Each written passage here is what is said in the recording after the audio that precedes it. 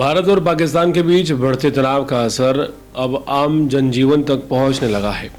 भारत ने एक बड़ा फैसला लिया है कि अब से किसी भी आतंकी कार्रवाई को भारत के खिलाफ युद्ध की कार्रवाई माना जाएगा और उसी के अनुसार भारत मुंहतोड़ जवाब देगा।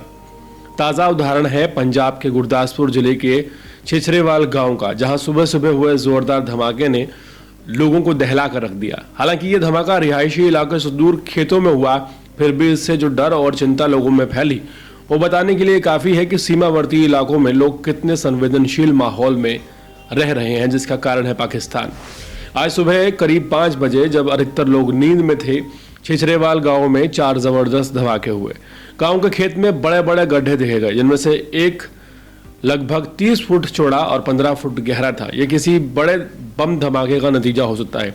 इन धमाकों की आवाज़ें आसपास के कई गांव जैसे नानोवाल और हरचोवाल तक सुनाई दी। कई घरों की खिड़कियां हिल गईं, शीशे टूट गए। ऐसा महसूस हुआ जैसे बम उनके घर के बाहर गिरे हैं। गनीमत ये रही कि धमाके खेतों में हुए और किसी को जानमाल का नुकसान नहीं हुआ।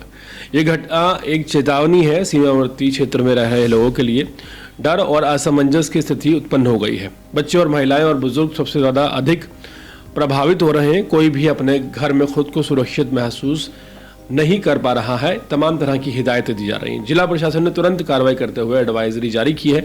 लोगों से कहा गया है कि घरों में रहें, अनावश्यक रूप से घरों से बाहर ना जाएं, रात के समय पूर्ण ब्लैकआउट का पालन करें और खेतों में पड़ी किसी भी संदिग्ध वस्तु को ना छुएं। ये एक जोरदार कदम है, लेकिन प्रशासन को अब इससे आगे जाकर लोगों को मानसिक और भावनात्मक रूप से सहारा देने की ज़रूरत है। भारत एक जिम्मेदार राष्ट्र है और उसने हमेशा संयम और शांति का रास्ता अपनाया है, लेकिन अगर पड़ोसी देश उकसावे की नीति छोड़ने को तैयार नहीं है तो देश की सुरक्षा व्यवस्था को भी सतर्क और सक्रिय रहना होगा।